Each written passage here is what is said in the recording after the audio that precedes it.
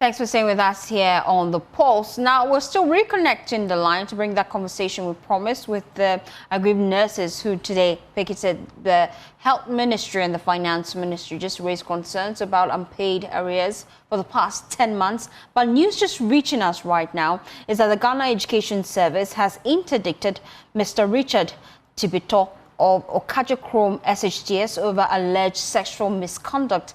And that statement from the Ghana Education Service is coming out on your screens right now. Yeah, that's it. There you have it there.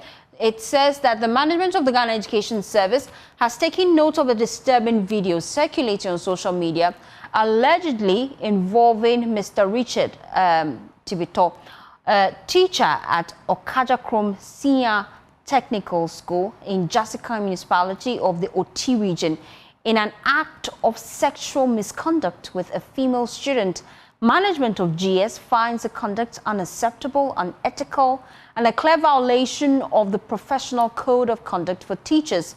Hence, Mr. Tibito has been interdicted and prohibited from entering the school premises pending further investigations into the matter.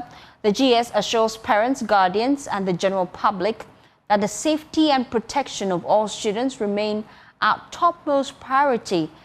Any teacher found culpable of acts that compromises the dignity and well-being of students will face the full rigors of the law in accordance with GS Code of Conduct. GS remains committed to ensuring discipline, professionalism, and child protection across the schools in the country.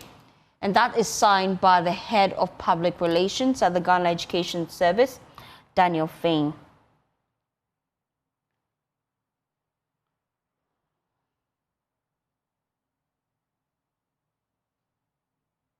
Well, thankfully, Daniel joins us live here on The Pulse. We appreciate your time. What went into this decision, really? Thank you for the opportunity. As you might be aware, for some days now, there has been some trending video on social media, very unfortunate one, allegedly involving one teacher and then a student. The video came to our attention. We quickly got in touch with our director, then all kinds with the of help in that matter. And we have received preliminary information that is the person you are really is about the man is teacher in the school, the late student that and by the code of conduct. Daniel, you have to position rightly. I seem to be losing you intermittently. Please position rightly and make that point for me. So, is it better now? Much better. Yes.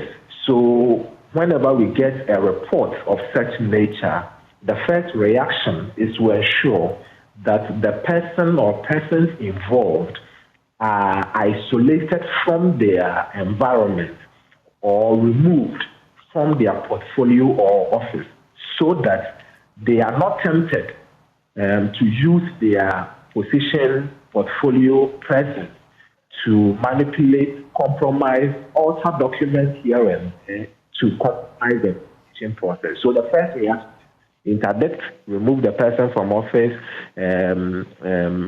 take away all his access to the school environment, to the student as well, so that free and education could proceed. And that's our first reaction to remove him and then allow the necessary investigations to proceed. And what is this investigation seeking to unravel? So the first point is that we want to understand where it happened, when it happened, why it happened, and I mean all the factors, and understand what contributed to this and what form of punishment should even be meted out to the teacher, and what form of support system can be given to the student in question. When matters like this happen, normally we consider the student a victim of the situation. And so our approach to the student is normally different from our approach to the teacher, because we believe the teacher should know better. The teacher should be parental in their approach to the student. They should be mentors to the student. And so we expect that they should better conduct themselves well. And they also have, our teachers have code of conduct that they are supposed to comply. And so we try to get all the necessary information we need to get so that it informs what kind of support to give the victim and what kind of punishment to give the predator. Yes. Circumstances, you have just confirmed to us that the girl in question is a student. Do we know her age? We are yet to establish that. So for all the specifics in terms of numbers, figures, timings, data, we want to allow the investigation to reveal all those specifics. And have you set up a committee to do this investigation? Indeed, we don't even set up. The committee is already in existence. And so, once it happens, we acknowledge that the school is found in a particular district, in a particular region. So we allow the region to conduct their investigation and send a report to head where the authorities based the facts gathered available to us. We take action. So yes, investigations have already started. But even this action already says this is just form of the public what is already happening. All this has got national attention. It has gotten the attention of the public. We feel that the public should update what is in relative to the video. In the state of the girl in question, has she already started receiving psychological support and medical care? It is. So for the specific case we are dealing with, the context is a bit nuanced because the lady involved is actually done with the WASI and left the school premises or the school campus.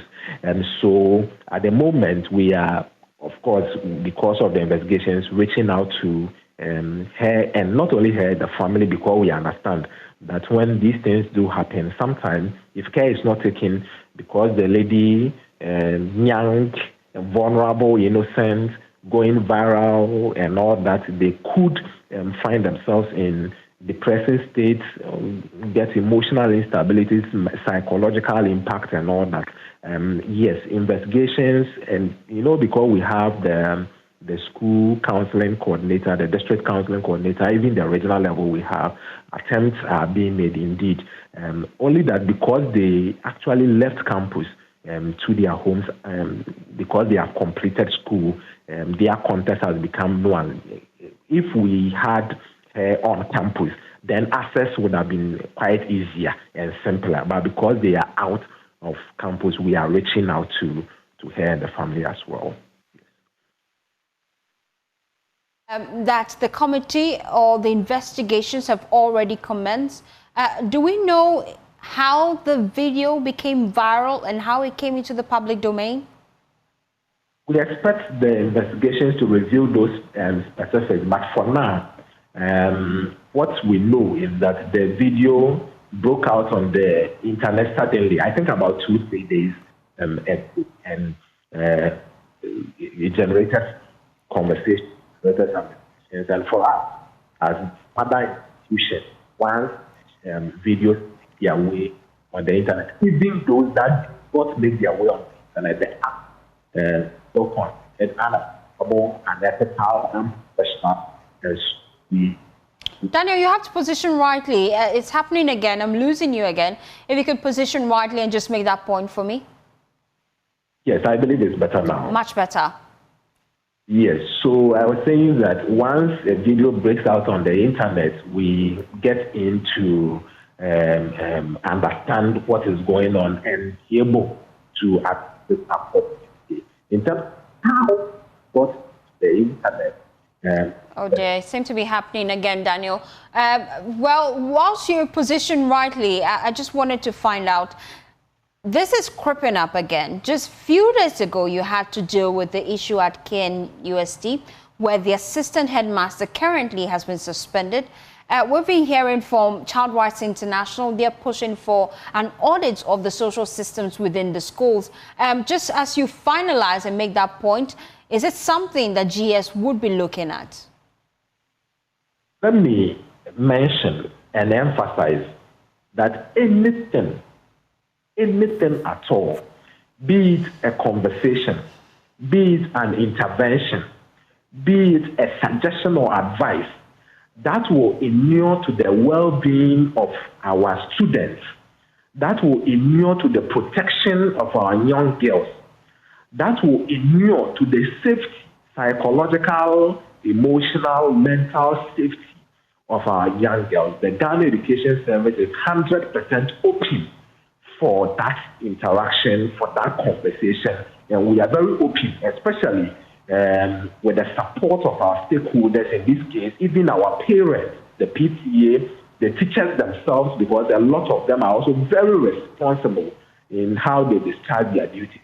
We are completely open for such conversations and discussions to make sure that our young girls feel very safe and feel very sound in the educational environment that they find themselves. Some individuals are pushing for modification of the GS Code of Ethics to ensure firmer punishment for individuals caught in compromising situations with students.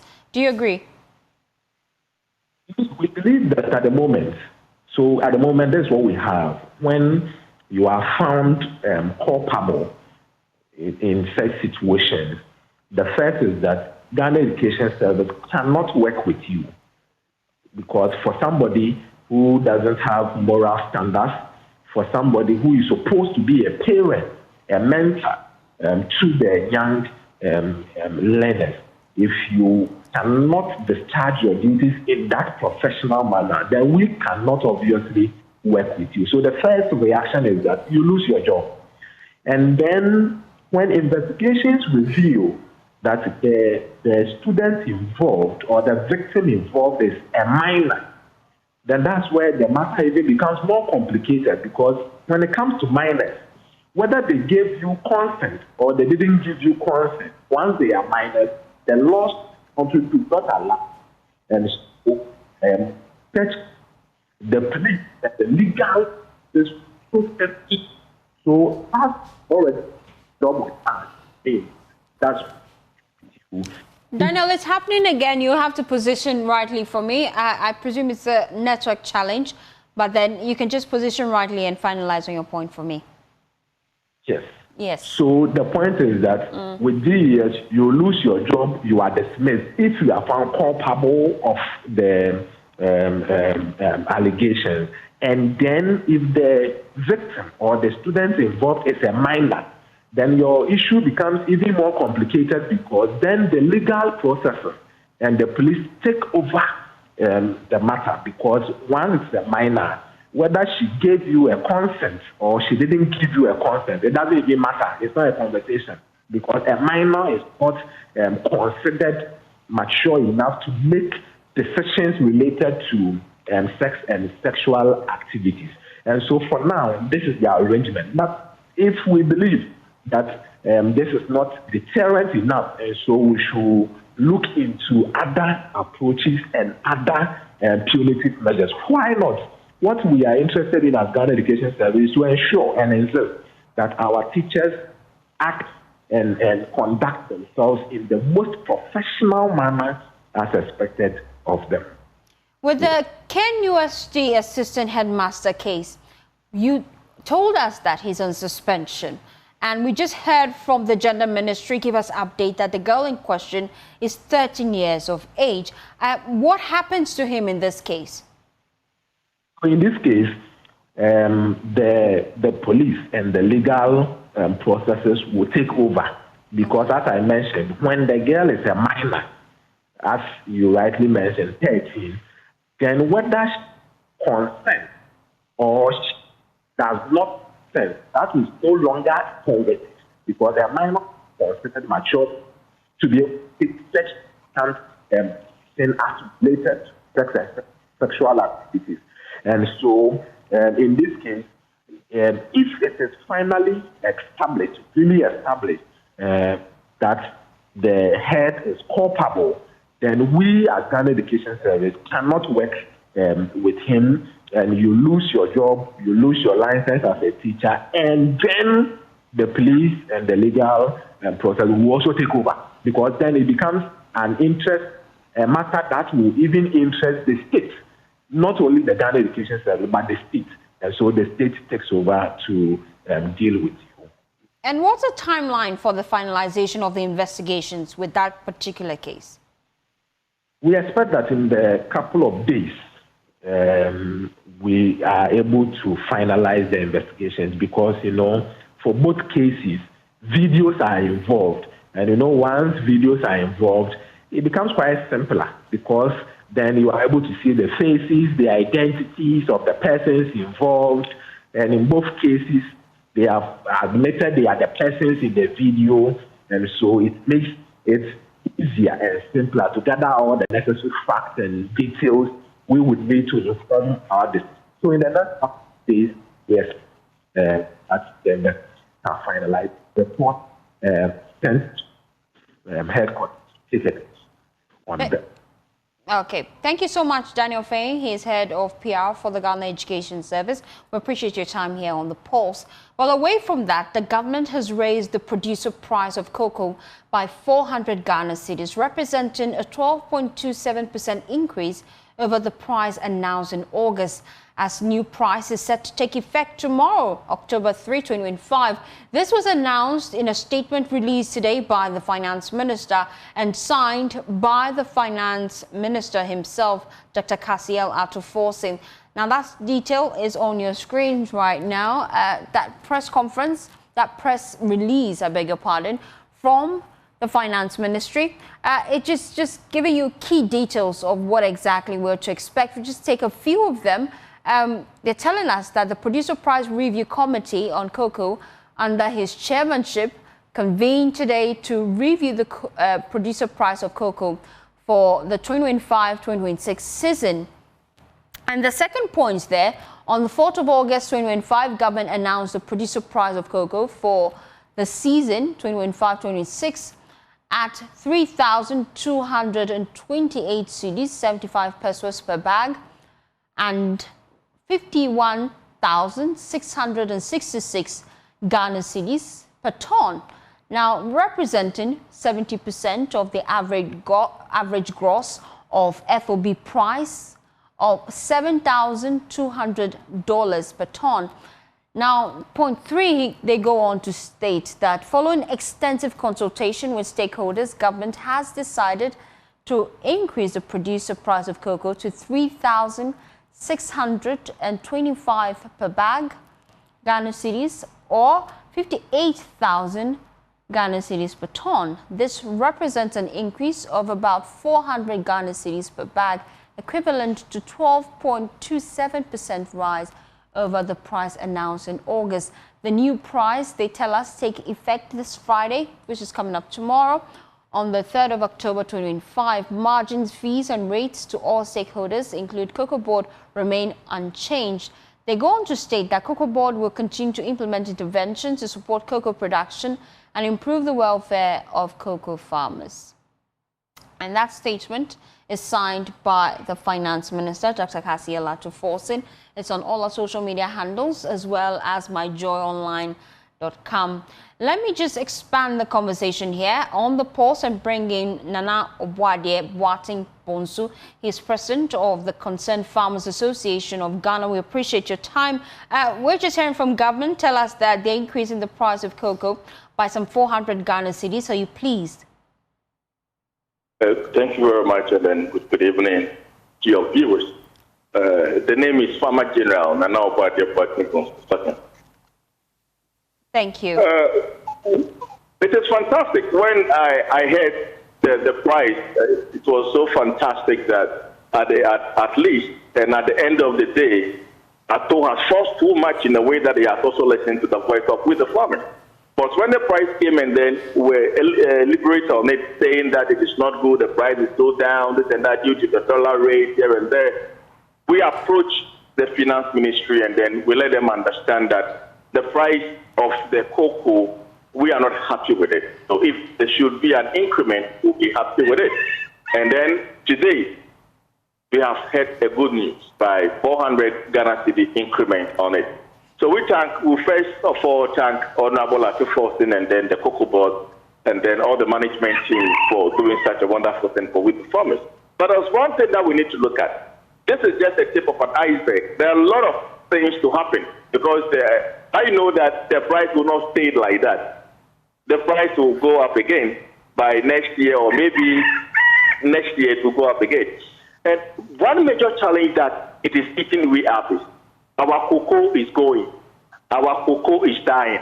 That is what the focus has to be. And what is influencing the death of your cocoa crops? Come again? What is influencing the death of your cocoa crops?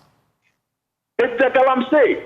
The Galamsey is eating up the cocoa. As I'm speaking to you, the network is very bad because some of us were in the western region. Now that I will be picking a bus from there to Accra because tomorrow President is meeting the CSO to talk about this Galamsey issue. So we are also coming, though we are not invited, but we are coming. This Galamsey thing is eating up our cocoa. At the moment, we can enter a various cocoa farm that the Galamseyers have been digging down. And the cocoa trees is been standing dying off. So we are pleading on the government that we, the farmers, we are promising them that we are going to give them 1 million tons by next year. But with this kind of bad activities and the bad behavior, we can't achieve that. So if this Galamsey thing shouldn't stop today or tomorrow, I think there's a very big problem for us. That is why we have bring up a very nice approach. And our approach of stopping this Galamsey from eating our cocoa trees is setting up a plantation factory at Traboso. And that is what concerned farmers have been doing. And we have done. For now, we've even converted almost 1,200 Galamseyers to farmers, which we are waiting for piglets to be ready for which to give it to them, for them also to start livestock. So what we are saying today is, we thank them for the increment, but then the problem is, our cocoa is going. Our cocoa is dying. And the illegal activity is too much. And what approach would you propose government adopt in the fight against illegal mining? As a farmer, do you subscribe to the declaration of a state of emergency in key areas where the canker has eaten deep and is affecting your operations? No, what kind of state of emergency? We don't need any state of emergency. We don't need it. Even with the concerned farmers, if we get the necessary logistics, we can stop this Galamsey within a month. Because we even tried our best. Go to the other places and see the number of youth that we even move them from the Galamsey side for them to be on their various homes. Others have moved to their various regions and the rest. With our individual support, we shall room to do this. So if we get the necessary support from government, I think there will be no Galamsey in this country. And you subscribe to the deployment of the military to at least protect your farms, don't you? We don't need any military to protect our farms. We don't even trust them. On the security sectors, we don't even trust them. Because one, what shows that he's a proper military personnel coming? We saw some people going around, we saw some people when you go to I am following Waseko and the rest. You see some people in uniform where people are doing Galamsey, watching them doing it. And what is that? You see, so it is not about military, it's not about the security sector. We are Ghanaians, so we have foreigners that they involve themselves also into this kind of games that they're also doing it. But we have talked to our citizens. They are ready. What the young people are saying, there's no job for them. That is why they are doing this Galamsey. So with the concerned farmers, I've been able to talk to some of them. We have videos on it to prove. Some of them have said, we will not do it again. So now, what can you give us? I said, what do you want to do? They said, I want to do farming. I want to rear pigs. We have been able to give some of them pigs. We have been able also to mobilize some of them. Now, we have secured a place. The DC of Jaboso have given us a place, which we are going to set up plantain chips factory at Jaboso. And these Galamseyers will come there to work. And this is how we should go about it. It is not about military, it is not about any other thing. There are some military personnel that will go there really without taking any money from the people, or the police people without taking money from other people. But others will also go, take money, and then even guide them for them to do the illegality. But the whole thing is, we need to get our citizens back home so that we will face the foreigners who are now the militants within the bush with the heavy arms and the rest. They are the people that the military have to fight, but not our citizens. Because the citizens have the right to do anything at all to survive. It is the responsibility of the government to make sure that we feed people, give them shelter and good water, good education, and the rest. And that is what exactly that the government has come out with Feed Ghana initiative and other governmental policies. That is why focus is interested that will soon take in place. And that is what we, the concerned farmers, are doing. That is why we are saying that the government has to listen to us because we are on the field. If the government don't listen to us, he will fail. Because we hold this country high esteem. And that's why you're attending that meeting with CSOs tomorrow. Mr. Boateng, stay with me. I'll come back to you. Let me bring in now Professor Kwesi Pepra.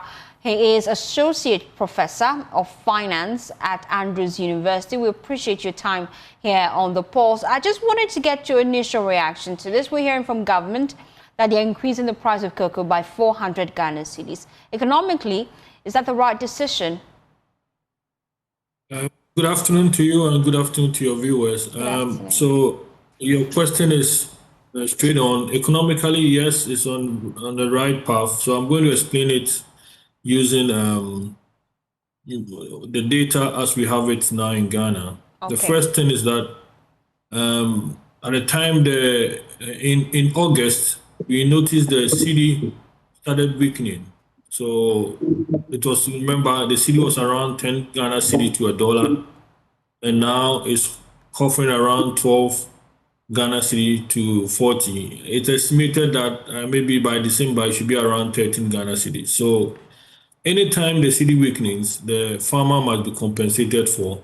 So an increase is in the right direction. So the 400 cedis, if you check, it's at about 12.27%. If you look at that one and compare it to how the cedi has devaluated between August and today, which is about 11%, it's just to be able to cover that kind of devaluation. And in a way, it's going to motivate the farmers to produce more, which is going to incentivize them to produce more. So remember, as you were talking to the Cocoa Farmer Association member, he was very happy and he was talking about they are going to produce more. The 400 cedi is going to lead to overproduction, and that is another point. The third point is that the price differentials between Ghana, Togo, and Ivory Coast must be sustained. Currently, Ivory Coast, if you look at their per 64 kg bag, is around 220,000 CFA franc, which is about 2,000 Ghana cedis per bag. So there's no motivation for someone to produce in Ghana and smuggle it to Ivory Coast if the price is this 3,600 plus. And if you compare to also Togo, where a lot of people also smuggle cocoa to, Togo's price is also below 2,200 Ghana cedis. So our price is way high. The advantage is that even those in Ivory Coast and Togo, if they are going to be rational beans, they will rather bring their cocoa beans to Ghana for us to export, and they will get more money. So I'm sure government is looking at how do we stop the smuggling, and this increasing in price puts Ghana, if you compare on cedi, I'm using cedi by cedi basis. I'm not comparing in CFA and other, just cedi by cedi basis. This new price is more give the Ghanaian cocoa farmer incentive to produce more and also to stop the smuggling. And also compensate for the increase in the devaluation of the cedi.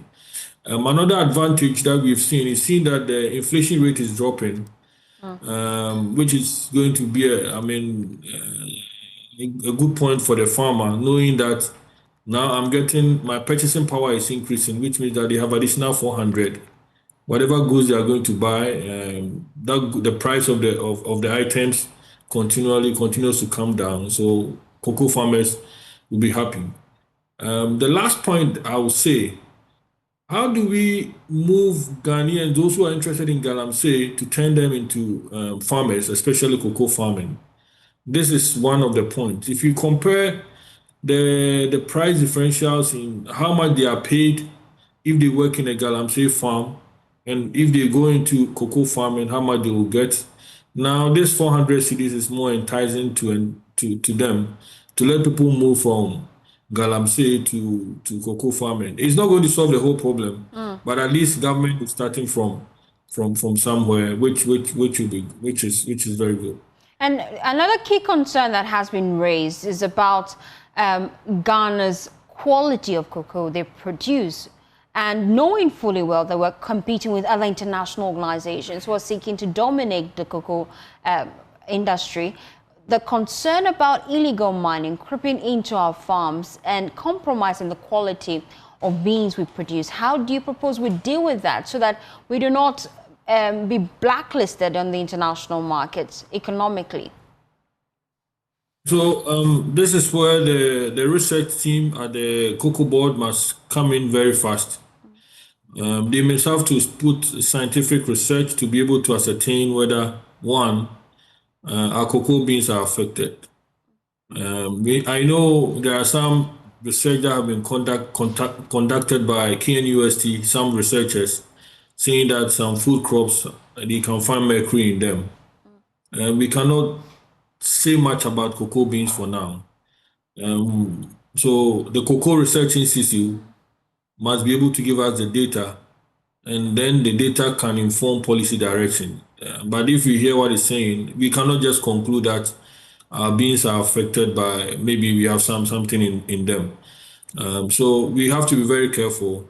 We should rely on data to be able to make some of these points. We cannot, it must be scientifically proven that indeed there is some defect. But as at now, there is no defect. Ghana cocoa beans is still seen as a premium cocoa, and everyone is interested to buy. If you check, I'm sure there are a lot of orders that we have to supply, and there is the positive is that we should make sure that we shouldn't speak negatively that will affect our markets. You know, the cocoa industry is a major industry for Ghana.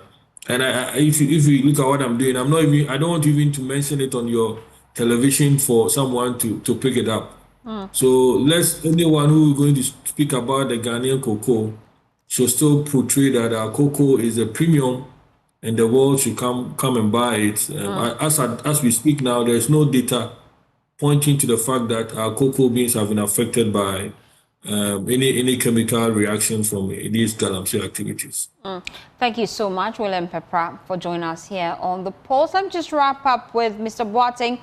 You tell us that you'll be attending that CSO meeting tomorrow. What will be your key demand on the table when you meet the president? Well, we are not invited, so I don't know whether they will even allow me to penetrate. But then still, I will make it because I'm currently in the Western North region, which we are trying our best just to talk to this Galamsey, and we are done with it. So I'll be moving this evening. I'll get to Accra tomorrow morning, and I have to be at Jubilee. So when I get the opportunity to meet the president, what I will tell the president is, it is very simple. This Galamsey fight is something simple that we don't even need to spend much bringing soldiers, military, whatever within the forest. No. What we have to do is to engage these young people, like the way with the concerned farmers have engaged them, ask them what they want. It is not these young people that they are doing it to. You see, when we talk about this Galamsey thing, the excavators, these young guys don't have the money to rent for the excavators. There are big people behind this kind of destruction. But those Galamsey guys that we are talking about, they have been using these minor machines that they use, and then they will take the place and then they will take it. Others also, when they finish doing using their excavators and other things from the site, they will also go to the place and then do quickly or maybe do some small activities. They wash also their own inside. You see, so this is what is happening. So the only thing that can save this situation is to get them employment. That is what we, the concerned farmers, selling brooms to give these Galamseyers employment. We've done so far, giving some of them transportation even to go back to their various bridges. So when I meet the president tomorrow, I think there are a lot to talk about, but then there's a video that I will let the president watch to see that This is what is going on. Okay, thank you so much for your time here on The Pulse.